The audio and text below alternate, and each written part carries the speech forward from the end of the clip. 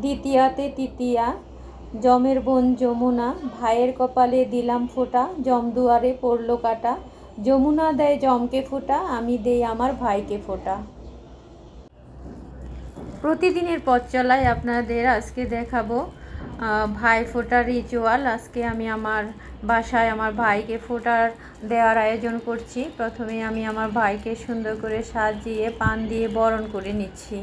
তারপর প্রদীপের শিখায় অর্থাৎ প্রদীপের আলো এবং এখানে দান দুব্বা ফুল দিয়ে তাকে সুন্দর করে বরণ করে আশীর্বাদ করছি।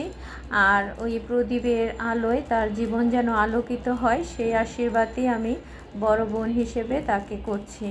তারপর এখানে চন্দন আর হলো কাজল পাতা, সে ঘরে পাতা কাজল দিয়ে আমি বাম হাতের কনিষ্ঠ আঙ্গুল দিয়ে চোখে কাজল পরিয়ে এবং চন্দনের প্রদীপ দিয়ে তাকে আমি আশীর্বাদ করছি।